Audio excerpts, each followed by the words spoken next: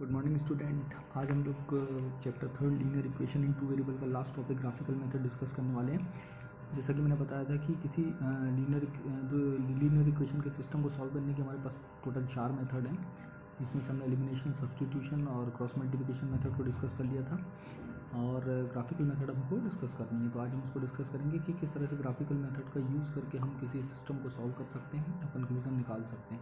जैसा इसका नाम है ग्राफिकल मेथड, आपको यहाँ पर जब भी कोई सिस्टम देगा linear equation in two variable का, तो आपको दोनों इक्वेशन के ग्राफ्स प्लॉट करने पड़ेंगे ग्राफ पेपर पे, और फिर उन दोनों के ग्राफ का बिहेवियर देखिए ये पता लगाना होगा कि सिस्टम का सोल्यूशन किस टाइप का है।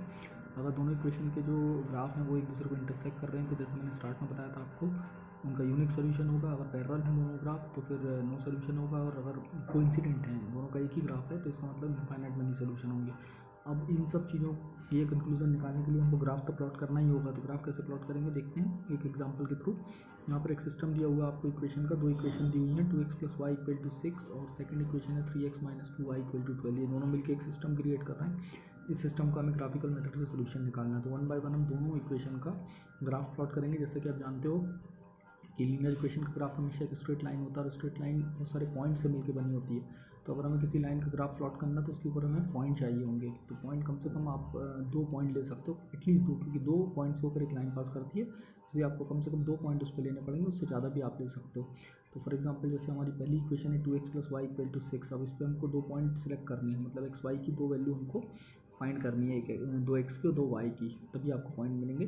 तो उसके लिए आप क्या करोगे कि जो x या y वाली में से किसी किसी वेरिएबल की टर्म को आप अपनी तरफ रखोगे लेफ्ट साइड पे, और दूसरे वेरिएबल वाली टर्म को राइट साइड पे ले आओगे। यहाँ मैंने 2x को राइट साइड पे शिफ्ट कर लिया है। अब इस तरह से हम एक टेबल क्रिएट कर लेंगे जहाँ पर एक ऊपर जो है x लिखा जाएगा और नीचे y, और राइट साइड पे कुछ कॉलम्स रहेंगे जहाँ पर हमको x y की वैल्यू रखना है। तो x की वैल्यू आप अपने मन से डाल सकते हो, जो भी रखना आप, जो सूटेबल हो, कन्वीनियंट हो, उसको आप रख दोगे यहाँ पर। तो जैसे मैंने x की वैल्यू 0 पुट की यहाँ पे, तो उसकी करस्पॉन्डिंग y की वैल्यू 6 आएगी। तो जो पहला पॉइंट हो जाएगा जिससे लाइन पास करेगी वो है 0,6। ऐसे ही फिर मैंने x की वैल्यू 1 रखी, तो y में मुझे जो है 4 मिलेगा, मतलब लाइन 1,4 से भी पास करेगी। और एक बार मैंने x की वैल्यू 2 पुट की तो y मुझे सॉल्व करके 2 मिलेगा, दैट मीन्स 2 से भी लाइन पास करेगी। तो इस तरह से मुझे 3 पॉइंट मिल गए, 0,6, 1,4 और 2,2। इन तीनों पॉइंट से एक लाइन पास कर रही है, जो कि जिसका इक्वेशन है 2x + y = 6। तो अब इसको हमको पहले ग्राफिकली प्लॉट करना होगा। तो हम लोग क्या करेंगे, एक ग्राफ पेपर रहेगा हमारे पास, यहाँ मैंने कॉपी में बनाया हुआ है, उस पर आप एक हॉरिजॉन्टल एक वर्टिकल लाइन ड्रॉ कर दोगे, दे आर कॉल्ड एक्सेस। तो हॉरिजॉन्टल लाइन को x एक्सेस और वर्टिकल लाइन को y एक्सेस से रिप्रेजेंट करोगे। जहाँ दोनों मीट करेंगी वो स्टार्टिंग पॉइंट हो जाएगा, दैट इज कॉल्ड ओरिजिन।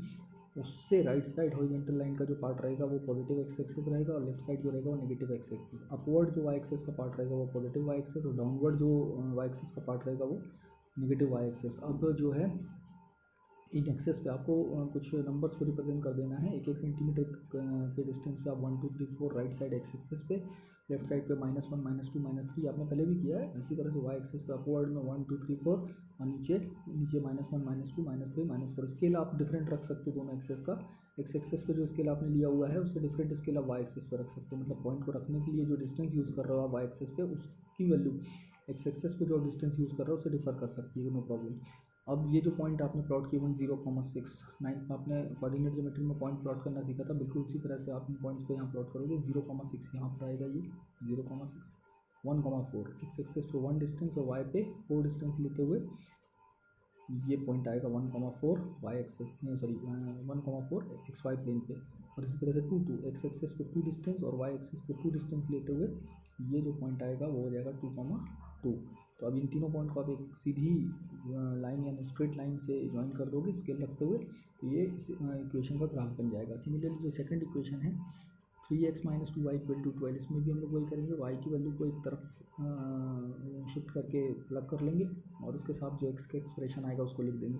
फिर वही हमको x की 3 वैल्यू लेनी है, तो मैंने यहाँ 2 3 4 लिया, उसको इस फाइनल इक्वेशन में रख के और y की वैल्यू फाइंड कर लेंगे, -3 -1.5 और 0। अब ये जो करस्पॉन्डिंग पॉइंट है जिससे लाइन पास हो रही है 2, -3, 3, -1.5 और 4, 0, उसको भी सेम जगह प्लॉट कर देंगे जहाँ पहले वाला आपने पॉइंट प्लॉट किए थे, उसी जगह पर आप इन 3 नए पॉइंट को प्लॉट कर दोगे। 2, -3 दैट इज एक्स एक्सेस पे 2, और y पे -3 डिस्टेंस लेके 2, -3 एंड 3, -1.5 x पर 3 डिस्टेंस लेके y पे -1.5 डिस्टेंस लेके ये हो जाएगा 3, -1.5 वाट, तीसरा पॉइंट 4,0, इनको ज्वाइन कर दोगे आप एक लाइन के थ्रू।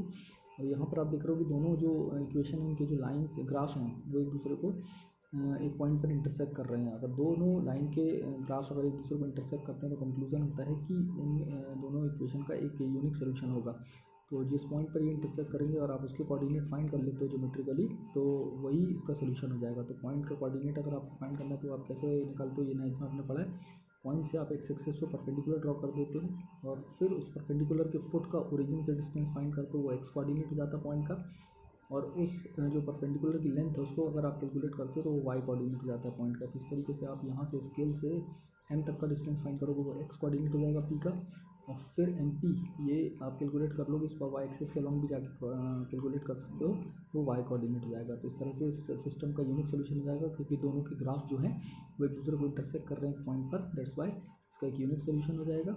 और वो जो यूनिक सोल्यूशन है वही आप आखिरी में लिख दोगे कि ये इसका यूनिक सोल्यूशन है। अगर दोनों ग्राफ पैरेलल आते तो इसका मतलब उसका कोई सोल्यूशन नहीं होता, और अगर दोनों ग्राफ कोइंसिडेंट हो जाते, एक के ऊपर एक हो जाते, तो इसका मतलब उसके इनफाइनाइट मेनी सोल्यूशन हो जाते। तो इस तरीके से ग्राफिकल मेथड का कभी कभी क्वेश्चन आ जाता है।